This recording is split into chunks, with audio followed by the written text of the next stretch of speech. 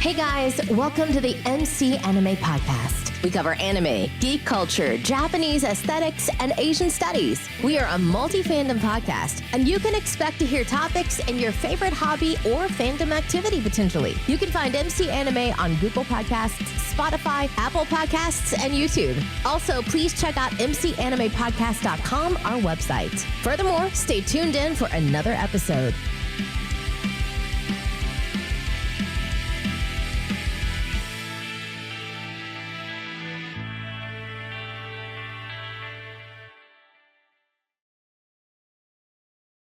Hey guys, welcome to another episode of MC Anime Podcast. MC here, and today I have a really special guest with me today, Cosmic Punch. How are you doing today?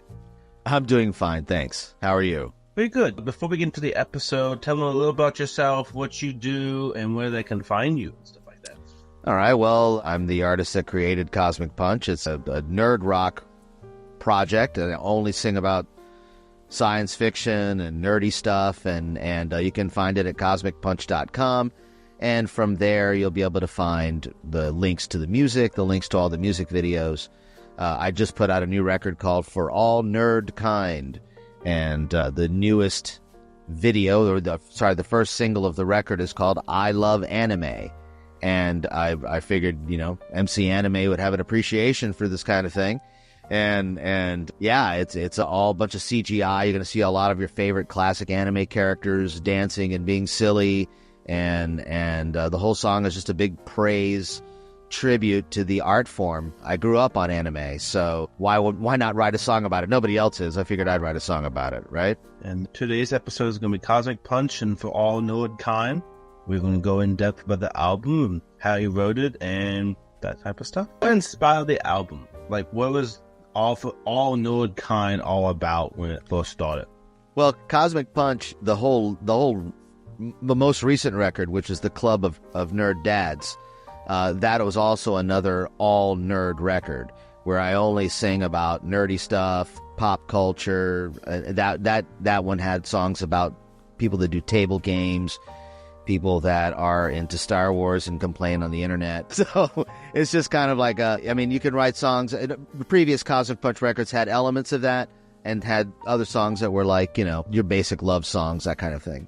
But when my writing partner left, I said, I'm going to take the project in an all nerd direction because I feel that there isn't anybody singing about this stuff, and why not? It's a whole other planet. It's a whole other thing.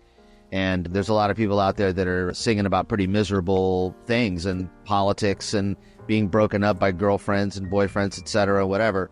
And that's cool. They can do that all day long and twice on Sunday. I'm going to sing about Star Wars and stuff and have fun with that too. And I wanted music that I'd be happy to let my children listen to. So why not write about stuff that I'm forcing them to watch, if that makes sense. Can't hear you, bud.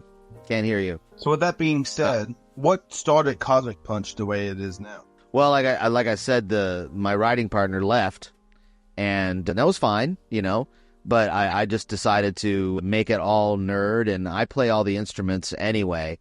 I do all the instruments, I sing all the vocals, I produce the records, write all the songs, make the videos, I do it all in-house. It's all just me. And so, yeah, when you have control over an entire car that you've built, then drive it on the roads you want to drive it on, right?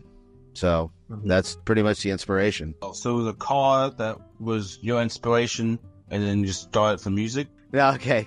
No, I was likening the musical project to like a car that you've built from scratch, and gotcha. That's what I meant. It had nothing to do with that. Although I love cars, I have a 1983 Datsun 280ZX. And it's a big money pit, and I just dump tons of money into it like a schmuck. But, it's fun. I love cars. All right. So, before Cosmic Punch became reality, what were you doing as singing? Were you in singing at all? Well, I was in other musical projects, but most of my life is spent, most of my career in music business was spent as an audio engineer and a tour manager touring for all kinds of pop, heavy metal bands and all that. I've been all over the world. I did that for 23 years, and I still had my musical projects during that time. But ever since I kind of retired from touring is when I was able to kind of dive kind of head first in more of my musical projects. And I put out a record about once a year, different stuff. I have 2 projects that I'm currently going back and forth on. This one and another one called Apex Zenith, which is like 80s synth pop kind of stuff. But I've been singing all my life. I've been in bands all my life. I've worked in the music business all my life. I don't know anything else. So I just keep doing it until the day that I can't, I guess. Oh, okay.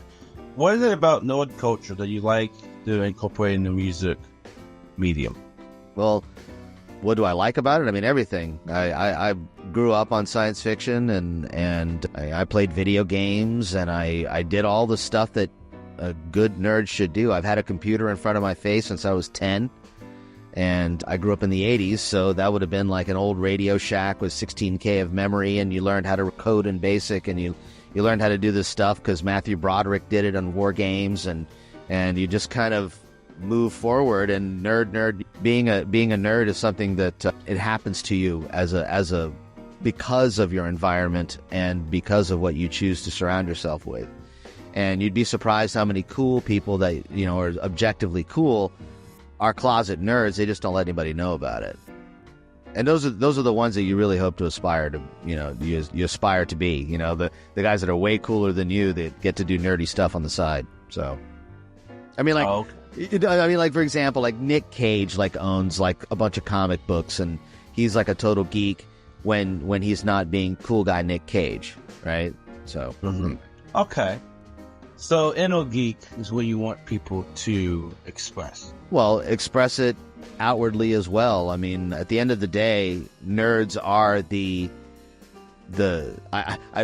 the most downtrodden of the group. Everybody makes fun of nerds. It's easy to make fun of nerds, but if all the nerds in the world decided to like go on strike and just stop doing everything that we do, then the whole planet would collapse. Far quicker than if all the supermodels of the world or all the sports celebrities of the world stopped doing what they did. Like in other words, if every football player, every soccer player, if they all decided tomorrow that like we're not going to play sports, okay, then yeah, it would suck. It'd be a drag because people that get entertainment out of it, they wouldn't get to see their sports or whatever. But if the dude that runs the nuclear power plant decides he's not going to work, you got a much bigger problem. Yeah, that's a comparison. The guy that designs like new cars, the nerds that make the movies that you see, because all of the movies that you see today are all done by computer nerds. So it's like if they decide to just stop going to work, all right, good luck. Good luck with your nice skin and your muscles and shit. Good luck. You know what I mean? That's cool. Yeah. If police and military decided that they were going to stop going to work, think about how miserable that would be. Yeah, that would be something that would definitely be more consequences to than what meets the... Especially to us nerds. Yeah. Then you don't have the police protect you. But anyway, so with that being said, what songs do you personally like? You mean on my record or on my record? Yeah, on the album. Yeah. Well, every song is a flippin' masterpiece, man. I'm just kidding. I don't know. I've got songs that obviously I'm more proud of than others on the record, and it's funny because everybody that's listened to it has given me what they consider to be their favorite song, and good. If everybody only had one favorite song, then it wouldn't be a record, then, would it? So the one I think that I'm most proud of on the record, only because of the sheer amount of work that went into it, would be the song number 8 on the record, which is called Woke. And it's an argument between a woke and a non-woke person, but done in the style of a Jeff Steinman Meatloaf song. So it's really epic and stupid. It's 7.5 minutes long. It's really overproduced. I hired a female singer named Samantha Martin, who's from Orlando, to do the guest vocals on it, because all the Meatloaf songs, all the classic Meatloaf songs have like a girl that comes in and they do like a duet kind of thing. And so I wanted that element, and I hired a horn section out of Chicago to record all the horns that you hear on the record, so that's live horns, and it has that kind of live horn feel to it, and it's just ridiculous. It took me forever to write, not forever, but this record took about 1.5 years, almost 2 years to create. From I'm starting to write it to I turned it in and I finished it. which is longer than I've ever spent on any record of mine. And part of it is because of this song. So the fact that it exists. This song was this trouble? Well, I mean, it's number one. It's 7.5 minutes long, so it's technically 2 songs worth of song, and it upwards over 100 instruments are playing at any given time. It's crazy, yeah. Because I mean, I wanted it to just be giant, and I hope that it gets heard that way. But it's yeah, it was a lot. It was a lot. I spent a lot of time building all of this stuff. And I also, at the same time I was working on the record, the audio aspect of the record, I was doing all the CGI work for the new music video for I Love Anime, which is available in 2D and in 3D. So there was a lot of planning that went into the music video for anime, and a lot of audio planning and work that went into the song Woke, which is the song number 8 on the record. So, you know, I'm proud of all of the songs on the record, but some are a little bit more, I guess, closer to heart. You know, It's like anything else. So the song Meatloaf, what aspect of nerd culture was that? Well, hang on a second. The song is called Woke, right? Yeah. And it's done in the style of Meatloaf, like Jeff Steinman Meatloaf material. Okay. So the woke song is like an argument between a woke and a non-woke person, and now I know that there's the exterior nerd version of woke, but then there's sci-fi woke, right? So your science fiction nerds, like for example, you take the new show that's on the Star Wars show, The Acolyte, that's out. Have you been watching that at all? I have not. Okay, well, in my opinion, you're doing yourself a favor by not wasting the time. But it's just so poorly done. And many people would argue, well, you hate it just because it's more woke than your other Star Wars material. And I'm like, no, I hate it just because it's really not well written. But yet I've watched every episode because I'm waiting for it to get better. I'm hoping that it'll get better. It's like that. And some people would argue that it's some sort of political bias. It's not. It's just bad. To me, it's just bad story writing. You sound like my coworker who watched Bleach. Didn't like it, kept watching every episode.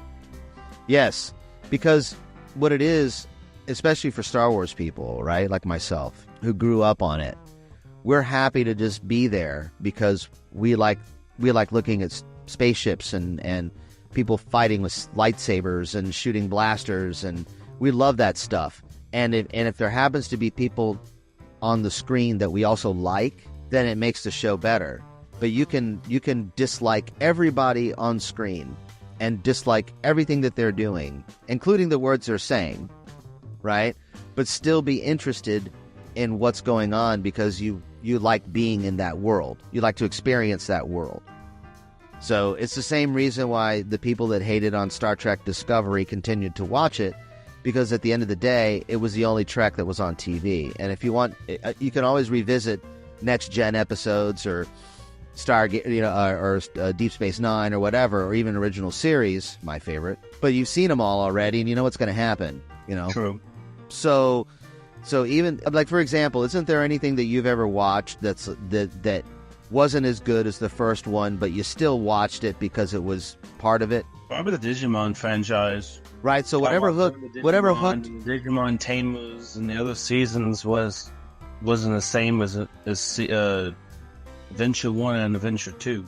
Right. It hooked you originally, which is why you became a fan. Yeah. And then you continued to watch the stuff that just wasn't as good because you're still a fan. And you're just hoping that the writers get it and finally dial into the reason why you're a fan. And you're just hoping for that. And it doesn't, sometimes it comes and sometimes it doesn't come. Yeah. There's also another season of another show I watched, Yu-Gi-Oh! Zexal. I never got into it. Just skipped right past it. You didn't watch any of it? No. I just went to the next Did you like, but were you into that character anyway? No, the entire style was different. It was more of a younger base, really weird in terms of the number hunting, and I don't know, the main protagonist didn't do it for me. So yeah, the reason why you watch the shows is the protagonist doing the battles, in a tabletop setting with the cards, and it just never connected, so I never watched it. Gotcha. Well, like, for example, like I grew up on 70s and 80s anime, manga kind of stuff. Mm-hmm. So I was really into Macross. I don't know if you're familiar with the Macross. Macross, that was one of my top I think one of my top 100 episodes. It's in 2 parts. Well, there was a whole series, yeah? There's a whole series of Macross that originally aired in like the early 80s in Japan, and then made its way to the United States in the name of Robotech, and then they tied 3 completely different anime series together to make Robotech. They tied in, it was Macross and Southern Cross and Mospeada, and they tied those 3 together and made 85 episodes of Robotech. And before that, when I was like 6 years old, there was a TV show in America called Battle of the Planets, which was the Americanized version of Gatchaman, right? I don't know if you're familiar with the Gatchaman or not. And then it was... Isn't that like Super Sentai, I think?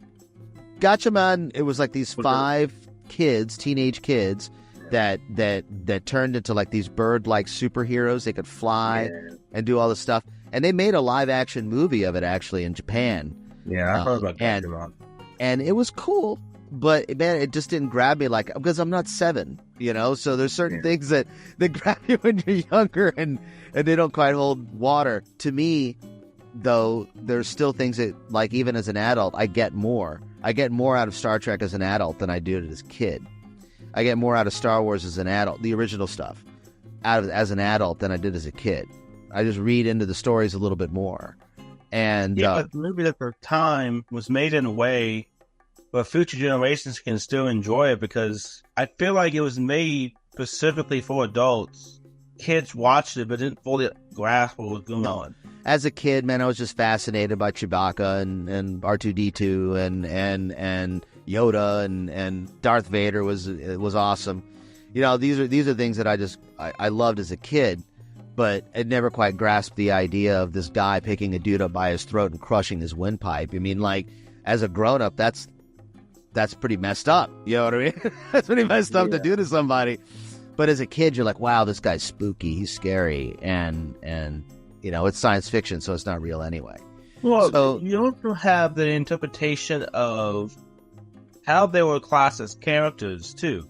They are iconic for what they represented, and then the design was very simple, but told the story of the character on the screen. Well, yeah, and I think that's what's missing in a lot of modern stuff. I think that one of the things that really bugs me is the whole alternate storyline cheat that we're getting a lot out of Hollywood these days, where you have this established kind of, and I hate to sound like one of these boomers types, whatever, you have an established canon of a storyline. Like, this stuff happened, okay, and you're supposed to write a sequel based on this stuff that happened. And when people say, well, I'm not good enough to write within those parameters, so what I'm going to do is create this alternate universe where I can tell the story of these characters the way that I want to tell the story of the characters, right? And then I can, by then, legally obtain writing credit and get, I don't have to pay as much in royalties to use this character because I'm creating a whole new backstory and it's my story, so therefore I own it. And it's really just this kind of cheap way of earning publishing points from writers. Okay, and I appreciate the fact that, like, okay, if anybody wants, it's a business and you want to make money, sure, I get it. But it also establishes how lazy you are as a writer, that you can't stick to the way a character is without ruining it for the people that like that character. Innovations in writing, sometimes people want to do something new as a form of... But cool, so make a new character. So make a story where make a new character. So make a new character. Like for example, like in Star Trek Next Strange New Worlds. I don't know if you're watching the show or not. Yeah. Are you watching Strange New Worlds? No. Okay. So there's a character there that's named Noonien Singh. Her last name is Noonien Singh. She's a great character, but she's named after Khan, who was an antagonist in original series Star Trek, and then there was a whole movie about him where, Kirk has to fight him and all that. It's called the Wrath of Khan. And how are we supposed to believe that she's serving on the same ship that her late great-grandfather or whatever he was to her attacked later on in the future, even after she's gone. In other words, it's just lazy writing. Why give her that last name? Just give her a new last name. The character's awesome as it is. They wrote a great character, but they based it on this idea that she's the descendant of an evil person that hasn't even existed in Star Trek canon in that storyline. So I don't know. I know that's confusing, but I know that in anime this happens too. They reimagine original storylines and they kind of retell it. And it's cool. I just think it's lazy. That's just me. Right? True. They base it off folk tales and fairy tales, stuff like that, put in a non. They take the property, totally do a different meaning of it, but that storytelling was an entire creative project on itself. So, within the world of alternate storylines, comics are very famous for it for the simple fact there's different alternate versions of every single character. I know. I just find it boring. But at the same time, it makes the lore that much crazy to keep up with. But anyway, with the music that you published, was there a Star Wars centric vibe that you had going on? Or well, every song talks about something different. So like I don't even think I mentioned Star Wars on this record. Okay. I did on the last record. But this one opens up with a tribute to Star Trek, and then I talk about the next song is about Glenn Larson, who is a famous television writer who wrote Buck Rogers and Battlestar Galactica and Automan. He wrote all these great TV shows. I have a song about afternoon cartoons that I grew up with, like G.I. Joe, Transformers, that kind of stuff. Then, of course, I Love Anime, the anime song, right? And then a song called Sign of the Times, which is about internet trolls and people that go on and just complain about shows and like I do, like I'm now doing, you know what I mean? Like, but it's self-effacing. And I have a song called Mint and Box, which is about a toy collector who meets a chick and they get married and have kids, and he's not going to give up his toy collection, because all this stuff is mint and box, man. You don't understand. It's mint and box.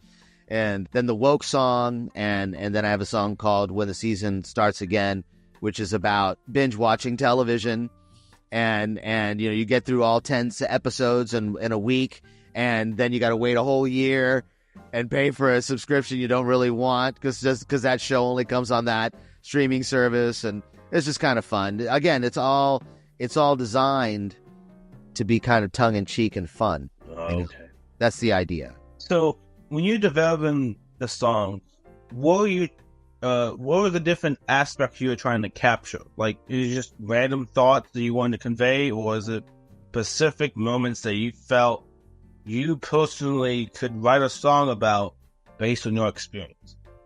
All of the above and none of it at the same time. Okay. So primarily, like when I'm writing Cosmic Punch, I know the style of music that I want to write, and then as the song is developing, I mean, I'll say to myself, like, you know what, this song should be about this guy, this actor, or this genre, or this thing. And then I'll continue writing the lyrics and all of that pretty much after the music and the vibe of the song has shown itself to be what it's going to be. And very rarely do I write the other way around, where I have lyrics and then I write a song based on the lyrics. It's usually I have a cool melody line and a cool vibe that I've recorded musically, and then from there I decide, okay, well, that song is about this thing because of the way it sounds. And then I kind of work from there. Well, yeah, that's true. Well, writing the lyrics first for a song is kind of weird, because then you have to match an entire melody to the sound of the lyrics. True. When in reality, if you write the melody, it's easier to write the lyrics to it, because then you just can have sounds that you can write it to the beat of the melody to convey that message.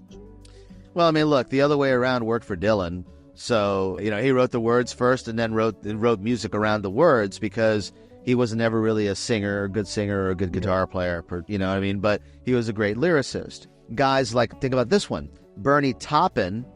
I don't know if you know who that is. He's the lyricist for Elton John. Elton John doesn't write his lyrics. He has a guy named Bernie Taupin write them.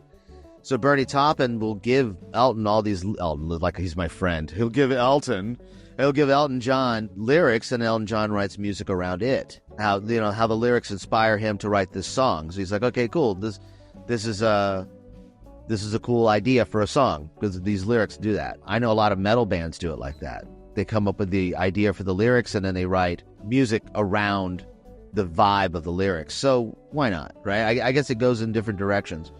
But whatever, to me, it's always been easier to write the music first and then get inspired to write lyrics. So when you have the music, let me down to the process. So you write the music and then you do the lyrics. What typical beat would you identify with creepy but fast-paced? And then what lyrics would you try to go off that? Creepy but fast-paced? Yeah. Well, are you talking like Slayer fast? How fast are we talking? Death metal fast? Are we talking jungle techno fast? Are we talking caveman techno fast? I mean, well, let's do a techno music, but and a fast beat with multiple rhythms. Dude, I think that one of the most evil pieces of music ever written is the soundtrack to the original Street Fighter 2. like if you were to take all the instrumentation that's playing there and those noise trackers that they were using to make that soundtrack back in the old Super Nintendo days, and you ascribe that to like organs and death metal guitars, man, that would be some evil sounding music, you know? And then in the background you hear Japan, and you lose. You probably never played Street Fighter 2, did you? Oh, I did. I saw clips of it in the medium was. You never played Street Fighter 2? No. No vintage game. But I know the medium. I know what it was. Gosh. So yeah, I mean that's just my opinion. I love video game music. Especially the old 16-bit video game music when they were limited to what they could do, and they just really pulled it out of a hat. Like, I mean, the original Mario Brothers theme is, you know, dun dun dun dun dun dun dun dun dun dun dun dun dun dun dun. I mean, that's I mean, like, that's so cool. All right, in my opinion. That's like Tidbit, I think. What now? Is that Tidbit? What's it? Well, that's the original Mario Brothers, you know.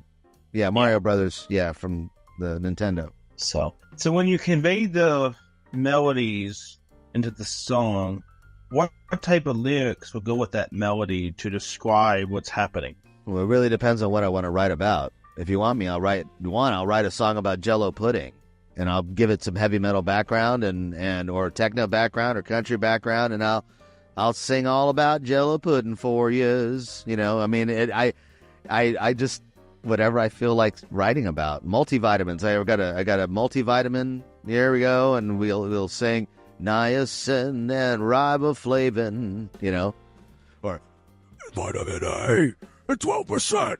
You know, I mean, what do you want? So the basic keep out the reach of children. The interpretation is going to be of the music.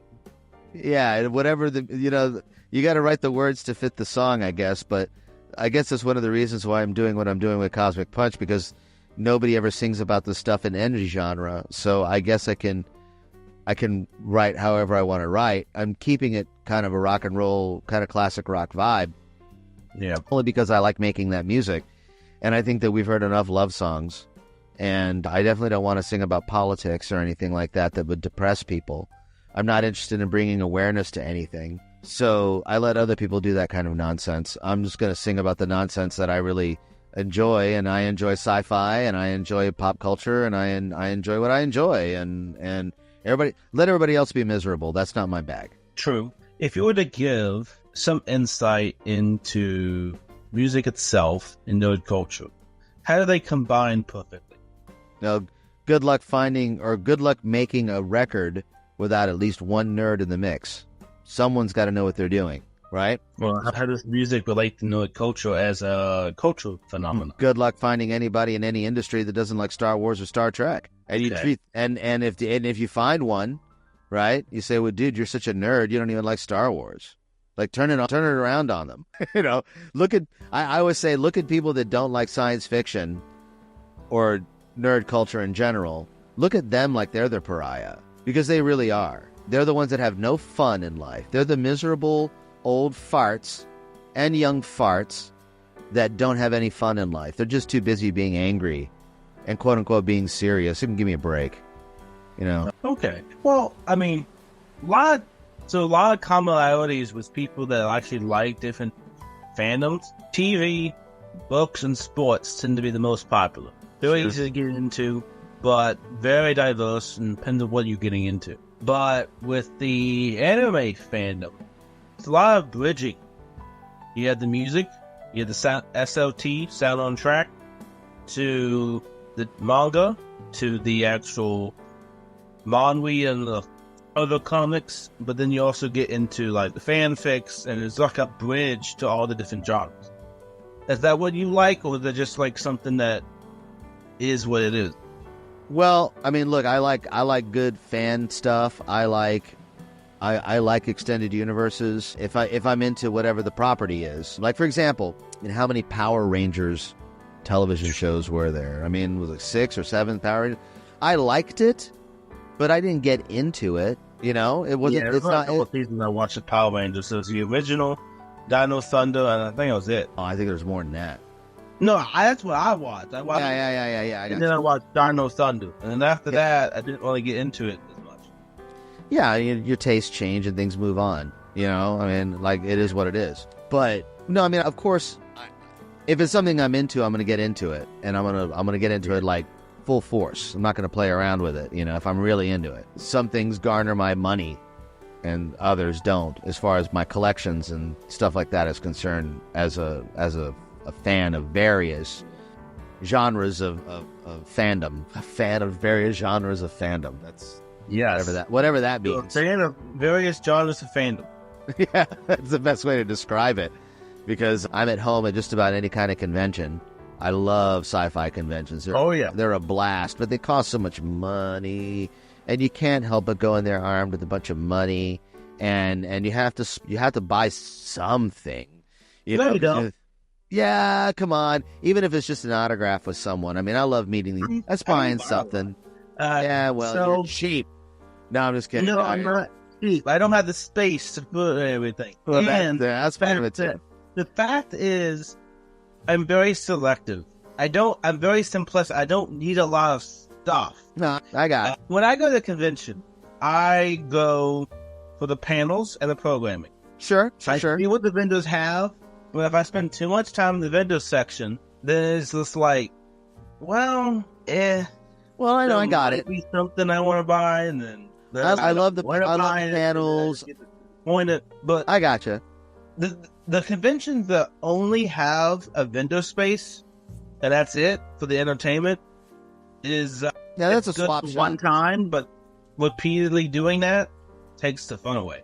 Well, that's a swap shop. That's not really a convention. You know what I mean? Like I look, Lord love all the vendors. I have a really good friend of mine that's a toy vendor, and he's awesome, he's a super cool dude. Also a drummer. He's a heavy metal drummer. He's really good. He's like a really good drummer. But I do also enjoy the conventions. I'd much rather go to a convention that's got some cool guests, and I do collect autographs. That's like one of my little passions.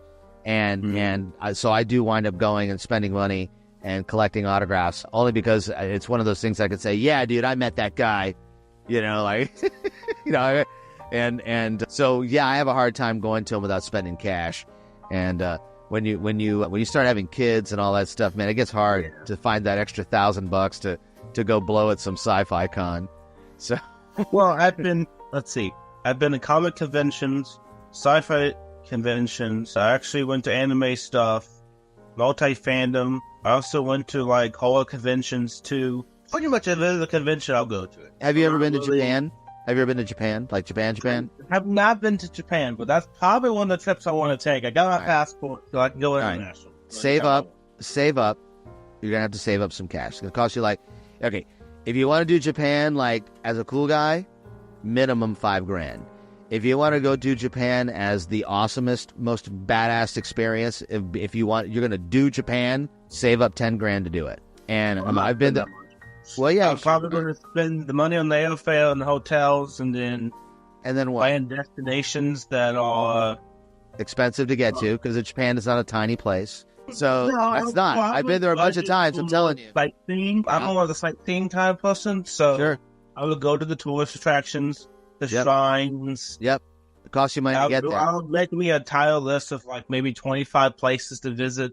Take the train, just visit around, do like a. Yeah, I've been to Japan. I've been to Japan a bunch of times. Okay, and I love it there. Okay, I love Japan. Okay, I love it. Yeah, okay? There's always something to find that you geek out about. But I'm telling you how expensive it is to be there. Getting there is not cheap. What part of the country are you in? I'm on the East Coast. Yeah, but okay, the East Coast is really big. What part of the country are you in? What city? I'm near the capital. Okay, you're near D.C. Okay, so you can get a direct flight to Tokyo out of D.C. It's going to cost you at least $1,400 round trip. At least. That's not bad. At least, and that's if you're going in off season. That means it is friggin' cold over there.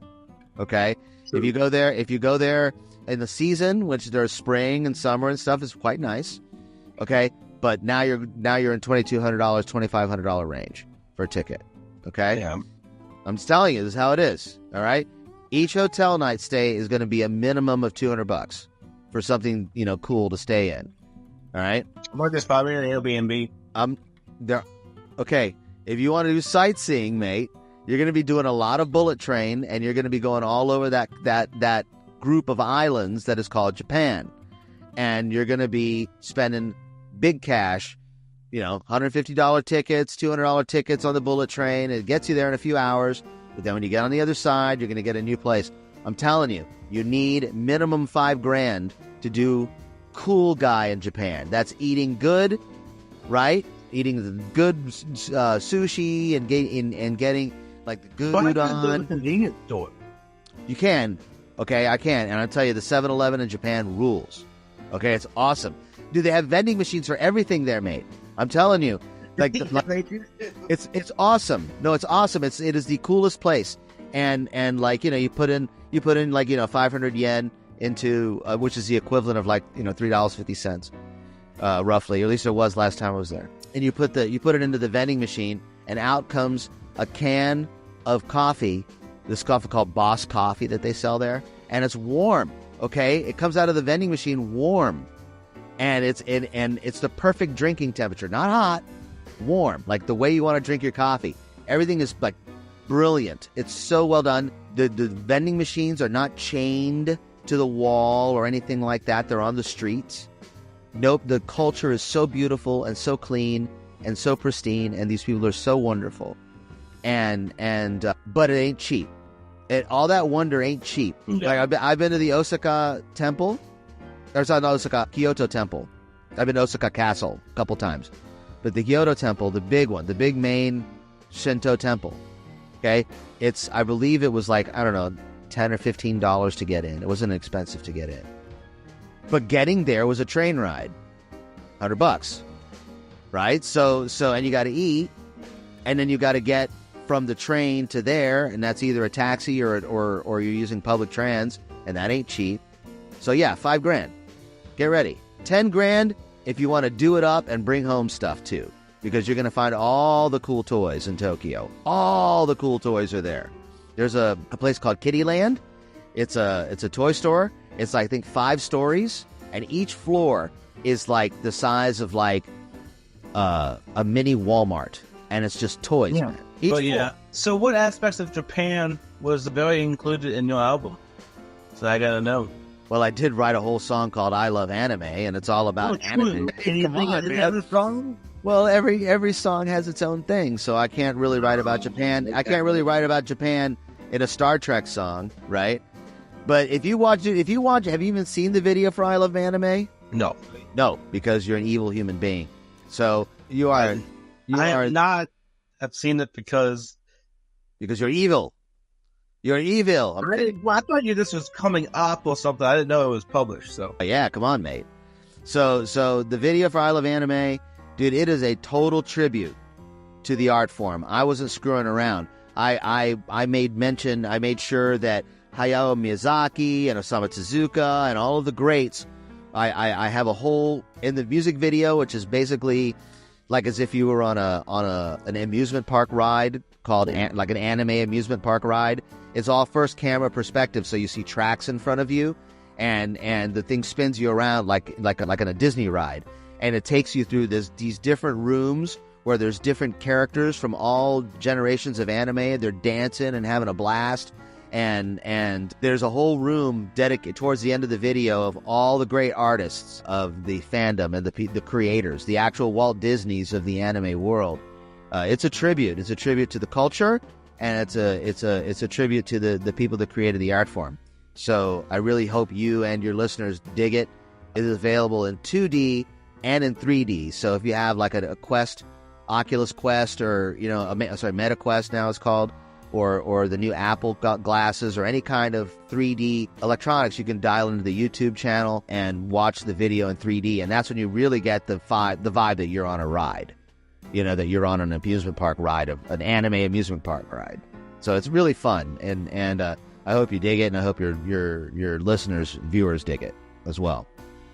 Gotcha. As we wrap this up with Cosmic Punch and All Nerdkind, what is one thing you want to give to people in this entire discussion? Well, I mean, the first thing is that if you don't like my record, then you're a jerk.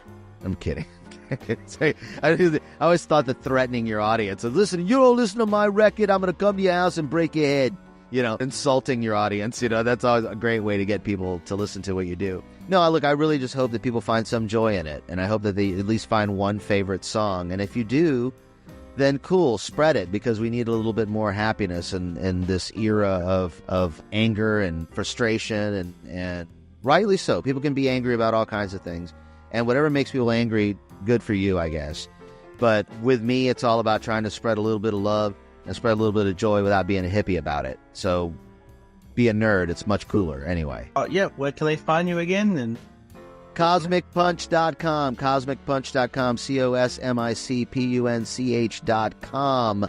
From there, it splinters into the planet. And you can find the record there. You can find all the music videos there. You can see pictures of me, because I know everybody wants to. And, just have fun. And I just hope to spread a little. I think they're just going to see you with headphones and think you're a big nerd. Well, the headphones are the best way to do this kind of thing, mate. You get the interface, and you try to be as pro as possible here. You know what I mean? Like, at least I can. I have no excuse to not have a nice microphone and headphones when I do music for my job. So I should at least have a good microphone and a set of headphones. So yeah. All right. Well, that concludes this episode of Cosmic Punch and All Nerdkind. So, with that being said, thank you for being here. It was fun having you. It was definitely a different episode than I expected, but it was actually fun. And you provided that fun. I'm glad to have been of service. So, I think they can all relate to you, and the way you present yourself was spot on. Well, thanks. It was a pleasure being on. All right, thanks. Bye.